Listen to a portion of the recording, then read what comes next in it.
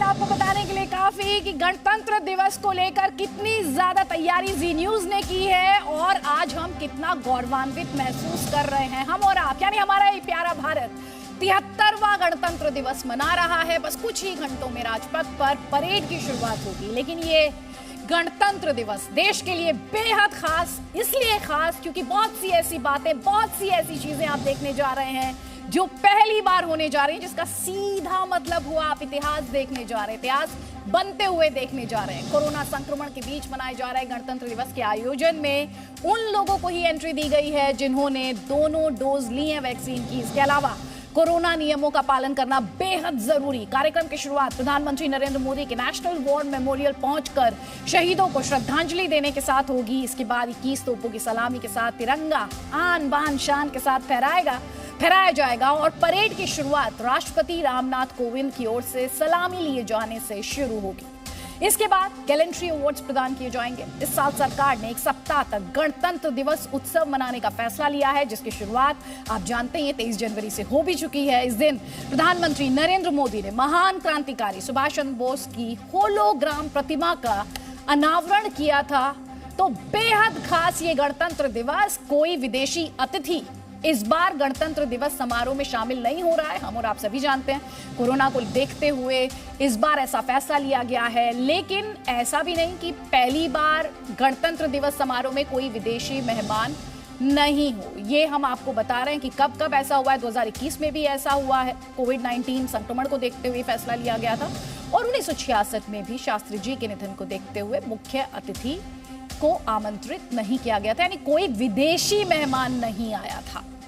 तो 3 तस्वीरें आपके स्क्रीन पर, जब किसी विदेशी मेहमान को हमारे रिपब्लिक डे परेड में शरीक होने का मौका नहीं मिला है। और इस वक्त तो आप जानते हैं जिस तरह से कोविड को लेकर हालात हैं, उन्हें देखते हुए ये कदम काफी जरूरी भी।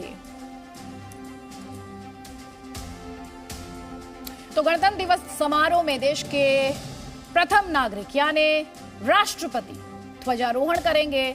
गणतंत्र दिवस समारोह में राजपथ पर पहुंचने वाला राष्ट्रपति का काफिला बदल गया है। देश के पहले राष्ट्रपति डॉक्टर राजेंद्र प्रसाद गणतंत्र दिवस समारोह में शामिल होने के लिए बग्घी से राजपथ पहुंचे थे। वहीं राष्ट्रपति रामनाथ कोविंद अपनी कारों के काफिले और घोड़ों पर सवार होकर प्रेसिडेंट बॉडीगार्ड्स के साथ, जिन्हें आप राष्ट्रपति अंगरक्षक के नाम से भी जानते हैं, राजपथ पर पहुंचेंगे और ध्वजारोहण करेंगे। अब से बस थोड़ी देर का इंतजार। और पिछली बार भी राष्ट्रपति कोविंद इस समारोह में शामिल हुए थे। तो दुनिया का सबसे बड़ा लोकतंत्र यानी हम और आप, हमारा देश भारत, गणतंत्र दिवस समारोह में जाने माने राष्ट्राध्यक्ष शामिल होते आए हैं। 2 बार से विदेशी मेहमान इस समारोह में शामिल नहीं हो पा रहे हैं, हम आपको लगातार बता ही रहे हैं। लेकिन ये कुछ पुरानी यादें हैं। 1995 में दक्षिण अफ्रीका के राष्ट्रपति नेल्सन मंडेला समारोह में मुख्य अतिथि बने थे। महात्मा गांधी से काफी इन्फ्लुएंस वो रहे। एक लंबा संघर्ष उन्होंने भी दक्षिण अफ्रीका में किया रंगभेद के खिलाफ और महात्मा गांधी को वो आदर्श बताते रहे। 2007 में रूस के राष्ट्रपति व्लादिमीर पुतिन गणतंत्र दिवस समारोह में मुख्य अतिथि थे, जिनकी भूमिका पूरी दुनिया में काफी अहम मानी जाती है। और 2014 में प्रधानमंत्री मोदी के आग्रह पर जापान के प्रधानमंत्री शिंजो आबे आए थे, जिनके साथ प्रधानमंत्री की काफी दोस्ती भी रही। 2015 में अमेरिका के राष्ट्रपति बराक ओबामा गणतंत्र दिवस समारोह में मुख्य अतिथि के तौर पर दिखे। वहीं 2016 में बात करें तो फ्रांस के राष्ट्रपति फ्रांसुआ होलांद, उन्होंने समारोह की शोभा बढ़ाई। और इसी तरह 2020 में ब्राजील के राष्ट्रपति बोल्सोनारो गणतंत्र दिवस समारोह में मुख्य अतिथि रहे थे। लेकिन 2021 और 2022 कोविड को देखते हुए कोई विदेशी मेहमान नहीं है।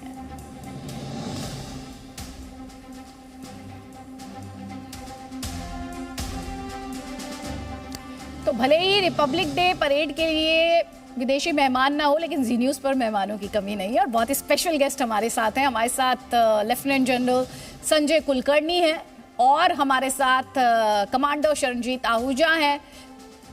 जनरल कुलकर्णी, जय हिंद। मैं बहुत एक्साइटेड फील कर रही हूँ, गूज बम्स आ रहे हैं। वो जो एक तरह की एक्साइटमेंट होती है खास तौर पर जब आप अपने देश की बात करते हैं, आप अपने राष्ट्र की बात करते हैं, आप अपनी पहचान की बात करते हैं, पहली पहचान की बात करते हैं। आज आपके मन में किस तरह के भाव हैं? जय हिंद। और ये बहुत मुझे अच्छा बहुत ज़बरदस्त एक जोश जो कहते हैं ना वो महसूस होता है आज के दिन, क्योंकि हम बार बार सब कुछ सुनते हैं कि दिल्ली में कड़ाके की सर्दी है और इस सर्दी में इस माहौल इतना ठंडा है।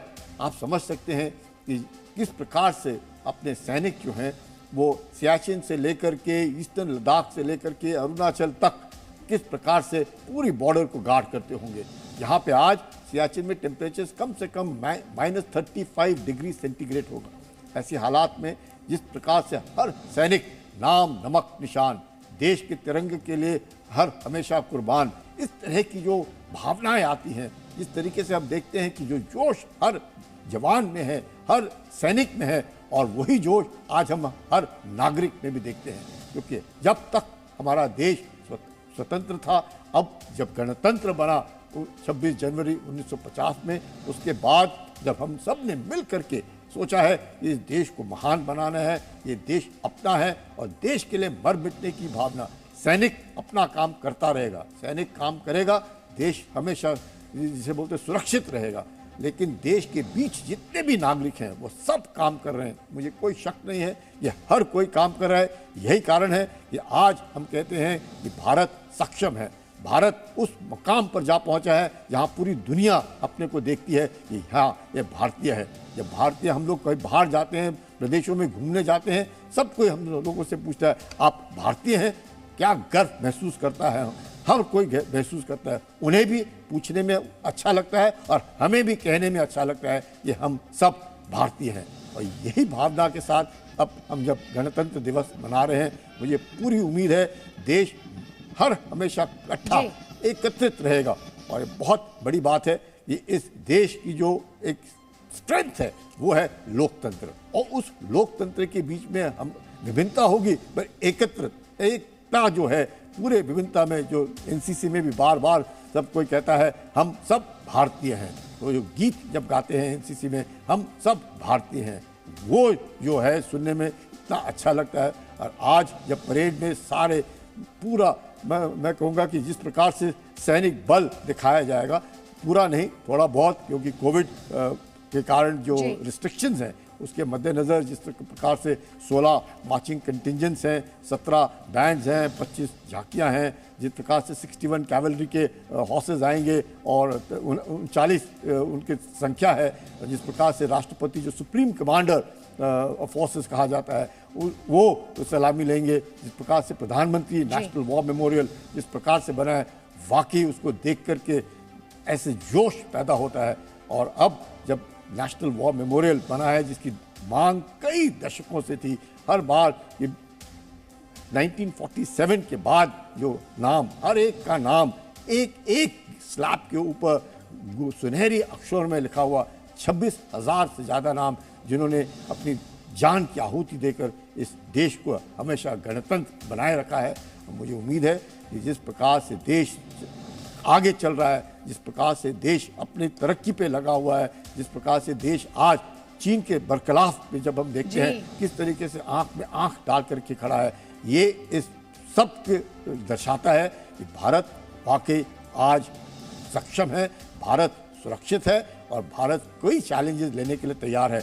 इतना ही नहीं, आगे अब जो दिन आएंगे उसमें हम सब ने इकट्ठा रह करके बार बार इस बात को यकीन दिलाना है कि हम सब भारतीय हैं, हम सब एक हैं, हम सब मिलकर के काम करेंगे, सैनिक अपना काम करेगा और हम सब इस देश के सैनिक हैं और सब ने मिलकर के आपने बड़ी अच्छी बात बोली जनरल कुलकर्णी कि हम सब देश के सैनिक हैं। तो आज जब आप रिपब्लिक डे परेड देखेंगे तो फक्र महसूस कीजिएगा, नाज महसूस कीजिएगा, गौरवान्वित महसूस कीजिएगा, और साथ ही ये भी याद रखिएगा कि आपको देश से अगर शिकायतें हैं तो उन शिकायतों को दूर करने की कोशिश कीजिए। और ये याद रखिए कि इस आज़ादी के लिए ये जो हम टेकन फॉर ग्रांटेड लेते हैं, अदिति त्यागी स्टूडियो में बैठकर डिबेट करती है, लोग सवाल पूछते हैं, आप भी सवाल पूछते हैं, शिकायतें रहती हैं, याद रखिएगा उसके लिए कोई कुर्बानी देता है, परिवार कुर्बानी देते हैं, कोई अपना सुख सुविधा सब त्याग देता है। Amit Aneja air vice marshal भी हमारे साथ हैं। Air vice marshal Amit Aneja, Republic day एक सेंस ऑफ प्राइड आता है, एक proud Indian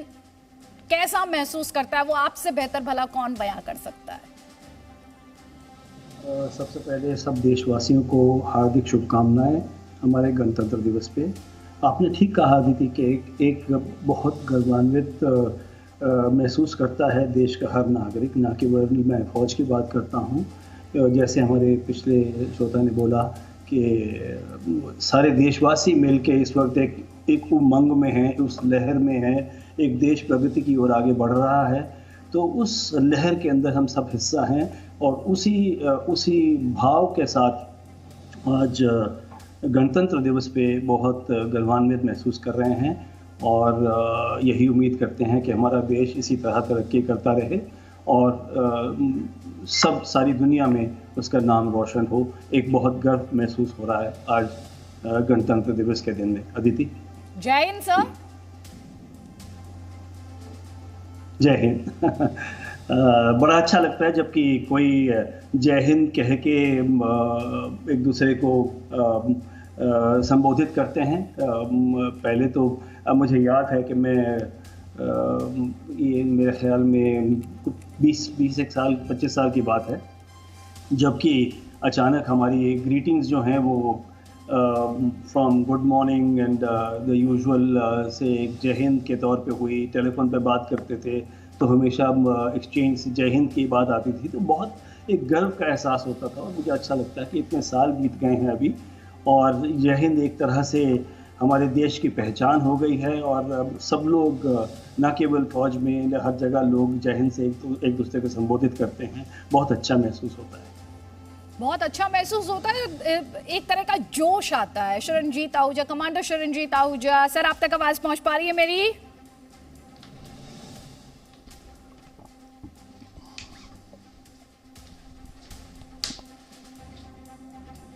commander Sharanjeet Ahuja, आप सुन पा रहे सर मुझे?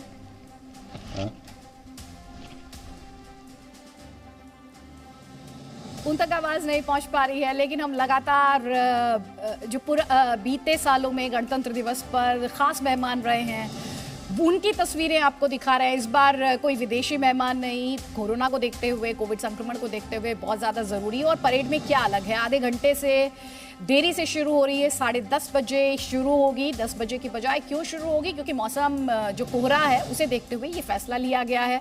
और कमांडर आहूजा, क्या आप मुझे सुन पा रहे हैं सर? अब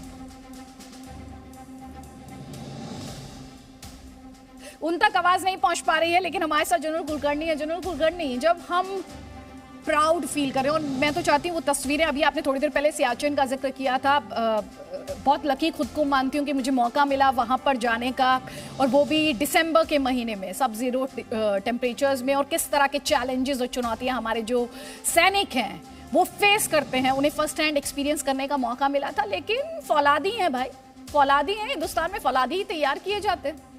और हमारे डिफेंस फोर्सेस में वो पावर है, वो मैजिक है, वो जादुई ताकत है जो कश्मीर से लेकर कन्याकुमारी तक पूरे इंडिया को, आप थोड़ी देर पहले डिफरेंसेस की बात कर रहे थे ना, पूरे इंडिया को एक साथ लाकर खड़ा कर देती है। इसमें कोई शक नहीं, क्योंकि जो फौज है ये एक मैं कहूँगा कॉम्बिनेशन ऑफ एवरीबॉडी, मतलब इतनी बढ़िया फौज जिसमें कोई ऊंचा नहीं, कोई नीचा नहीं, सब बराबर, सब कंधे से कंधा मिला करके काम करते हैं और जिस जोश और जज्बे के साथ काम करते हैं।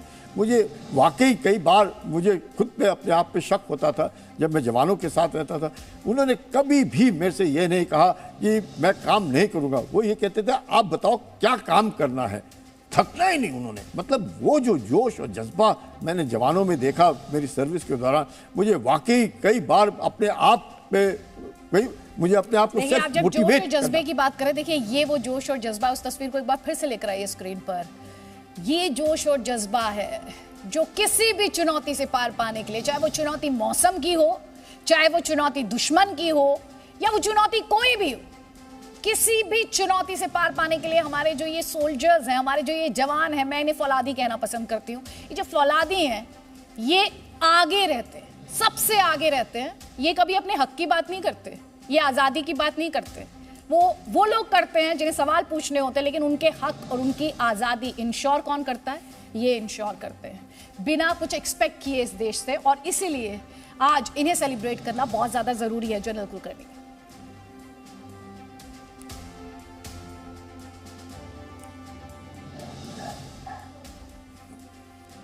इसमें कोई शक नहीं कि मैं जैसे कह रहा था कि हर बार मैं जब भी सियाचिन की जब आप बात करते हैं और जब आप खुद गई हैं, आपने देखा है कि किस प्रकार से मौसम जो है -35 तो नॉर्मल, और इस वक्त जब दिसंबर और जनवरी में तो कई बार और अप्रैल के वक्त भी मैं जब देखा इस तरह के तूफान, मतलब जिसे बोलते हैं बर्फीला तूफान, बात करना मुश्किल, चलना मुश्किल, खाना मुश्किल, देखना मुश्किल, सोना मुश्किल, ऐसे माहौल में, ऐसे इसमें जवानों ने रहना आराम से और हंसते हुए, मुझे गर्व महसूस होता था। बात नहीं कर पा रहा, वो हंसी से सब कुछ सब बता रहा है कि उसको क्या करना है। और ये जो जोश, ये जज्बा जब इकट्ठे रहने का, चाहे वो देश के किसी प्रांत से आता हो, वो देश की कोई भी भाषा बोलता हो, पर एक भाषा, एक वक्त, एक जोश, एक जज्बा, एक एकत्रित रहने का वो जो कहना और नाम नमक निशान हर हमेशा, यही कारण है कि आज जब ईस्टर्न लद्दाख में चीन ने जिस तरीके से हरकत की है, मई 2020 से लेकर के आज तक आगे भी करता आएगा, वो उसने जब देखा है कि वो भारत के जो सैनिक हैं 18,000 के ऊपर भी रहते हुए भी कोई कमी नहीं, कोई किसी इसमें है ही नहीं, और ऐसे इसमें रहना एक यही दिखलाता है कि देश के लिए जो भावना है, देश के लिए मर मिटने की जो भावना है, देश के लिए जान देने का जो कुर्बानी देने का जज्बा है, और ये देखना, यकीन करना कि कैसा भी मौसम हो, कोई भी दोनों रहना है, इकट्ठे साथ रहना है। और ये तब आता है जब उसको भी लगता है कि देश सक्षम है, देश उसकी पूरी जो भी उसकी ज़रूरतें हैं वो पूरे करने के लिए तैयार है। जो राजनीति है वो भी तगड़ी है, जो नेतृत्व है वो भी तगड़ा है, लीडरशिप तगड़ी है, फौज के बीच में लोगों को वो अपने आप यकीन आता है। और जब कोई कुर्बानी देता है उसके बाद उसके परिवार को जिस प्रकार से पूरा देश संभालता है, वो भी एक देखने वाली बात है। वीर नारियों के लिए मैं बार बार ये कहूँगा, मैं देखता हूँ नेशनल वॉर मेमोरियल में जब वो 26,000 नाम लिखे हैं, कईयों वीर नारियाँ जाकर के देखती हैं, अपने पति का नाम देखती हैं, पिताजी जो है वो अपने बच्चे का नाम देखते हैं, बच्चे जो है वो अपने पिताजी का नाम देखते हैं, औरत जो है अपने मर्द का नाम देखती है। देख करके वो जो जज्बा आता है उनमें, कि वाकई हमें भी अच्छा लगता है कि वो भी अच्छा महसूस कर रही हैं। जरूर उनके घर में किसी ने कुर्बानी दी है, पर उसको भी लगता है कि यह देश जो है मेरे देखभाल कर रहा है, बाकी भी मेरी देखभाल कर रहे हैं पूरा। और यही कारण है कि इस साल अपने अमृत महोत्सव के उपलक्ष्य पे 5,000 फ्लैग्स वीर नारियों को और उनके परिवारों को दिए जाएंगे। और ये जो कार्रवाई है 15 अगस्त तक चलती रहेगी, जिससे 26,000 से ऊपर जो नाम है हर एक को सरकार जो है वो रिकग्नाइज करेगी, एक प्लैक देगी कि वाकई उनकी जो कुर्बानी है वो हम सब जो है उसको मानते हैं, और हम सब ये कह सकते हैं हम श्रद्धांजलि देते हैं, और हमें बड़ी खुशी होती है इस देश में रह करके और अपने आप को भारतीय कह करके। तो इंतजार है प्रधानमंत्री नरेंद्र मोदी का, इंतजार है राष्ट्रपति रामनाथ कोविंद का। कुछ तस्वीरें हम आपको दिखा रहे हैं जो यादें रही हैं बीते सालों में, किस तरह की तस्वीरें देखने को मिली, कौन कौन से कलर्स देखने को मिले। देश की आन बान शान तो आपने हर बार देखी है। प्रधानमंत्री नरेंद्र मोदी के साफे को लेकर अक्सर सुर्खियां रही हैं कि प्रधानमंत्री किस कलर का साफा पहनेंगे। तो देखिए अब आज 2022 में इंतजार किया जा रहा है कि इस बार उनके किस कलर का साफा उनका होगा। बीते 2015 से लेकर 2021 तक जो उनके साफा का कलर रहा है वो आप अपने स्क्रीन पर साफ तौर पर यहाँ पर देख पा रहे हैं। 2022 के लिए बस थोड़ा सा इंतजार कीजिए, जैसे ही वो तस्वीरें आएंगी वो भी हम आपको दिखाएंगे। मेरे सहयोगी भी लगातार हमारे साथ है, राजू राज का रुख करेंगे। राजू राज, आज देश 73वां रिपब्लिक डे मना रहा है। सिक्योरिटी के अभूतपूर्व इंतजाम की बात की जा रही है। आप मंडी हाउस पर खड़े हैं, वहां पर किस तरह के इंतजाम किए गए हैं, दिखाइए हमारे दर्शकों को।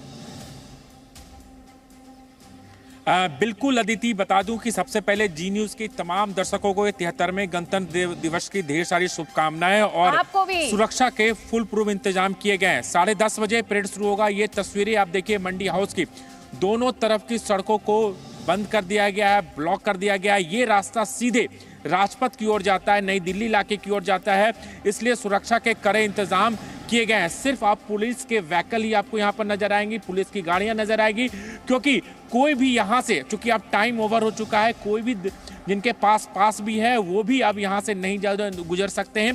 पैदल यात्रियों को भी मना कर दिया गया कि पैदल आप यहाँ से नहीं जा सकते, क्योंकि सुरक्षा के लिए दिल्ली पुलिस के 39,000 जवान लगे हुए हैं और कुल मिला के 50,000 से ज़्यादा जवानों को तैनात किया गया है। पूरे इलाके में सीसीटीवी से लैस किया गया है, 24 घंटे मॉनिटर किया जा रहा है। 3 कंट्रोल रूम बनाया गया है। जितने भी एंट्री पॉइंट हैं जहां से आप परेड देखने जाते हैं वहां पर FRS सिस्टम लगाया गया है। 30 कैमरे लगाए गए जिसके जरिए हर संदिग्धों पर नजर रखी जा रही है। 50,000 से ज्यादा संदिग्धों के डेटाबेस तैयार किए गए। सुरक्षा के फुल प्रूफ प्लान किए गए। इसके अलावा हमने तमाम बॉर्डर इलाके में देखा, मैं सुबह से ही ग्राउंड जीरो पे देख रहा हूं कि किस तरीके से दिल्ली पुलिस के जवान हर एक शख्स की तलाशी ले रही है जो राजधानी दिल्ली में इंटर कर रहा है। तो कहीं ना कहीं पुलिस की तरफ से पूरे इंतजाम किए गए हैं। चारों तरफ जितने हाई राइज बिल्डिंग हैं उस पर फोर्सेस को तैनात किया गया, सुरक्षा बल के जवानों को तैनात किया। खुफिया एजेंसी लगातार सादे वर्दी में घूम रही है ताकि किसी तरह की चूक ना हो। इस तरह के इंतजाम किए गए हैं। खुद दिल्ली पुलिस कमिश्नर राकेश अस्थाना भी पूरे इलाके में गश्त लगा रहे हैं। तो ये कह सकते हैं कि किस तरीके से सुरक्षा हमारी पहली जिम्मेदारी है, क्योंकि आज बढ़ चढ़ के लोग हिस्सा ले रहे हैं। देश की आन बान और शान के लिए ये पर्व मनाया जा रहा है। राजू राज रही हमारे साथ, तस्वीरें लगातार जी न्यूज आप तक पहुंचाएगा और मेरे सहयोगी मौजूद हैं ग्राउंड पर आप तक वो तस्वीरें पहुंचाने के लिए। 135 करोड़ की आबादी और यंग इंडिया क्योंकि 61% की जो हमारी आबादी है वो 35 वर्ष से कम की है, तो इसीलिए यंग इंडिया और दुनिया का 7वां सबसे बड़ा देश अगर क्षेत्रफल के हिसाब से बात की जाए और दुनिया में रक्षा खर्च में, हथियार खरीद में बात की जाए तो रक्षा खर्च में 3रा स्थान भारत का और हथियार खरीद में 2रा। और भारतीय सेना के बारे में बहुत बात कर रहे हैं हम, डिफेंस फोर्सेस के बारे में। 14 लाख से भी ज्यादा भारतीय सैनिक, दुनिया की 3री सबसे बड़ी सेना और दुनिया की तेजी से उभरती अर्थव्यवस्था। अब भारत के लिए आगे बढ़ने से रोकने के लिए क्या कोई चुनौती हो सकती है भारत के सामने, आपके, हमारे सामने, हमारे देश के सामने? नहीं हो सकती, जवाब ना है। Presenting B News app available on Google Play and App Store. Download it now.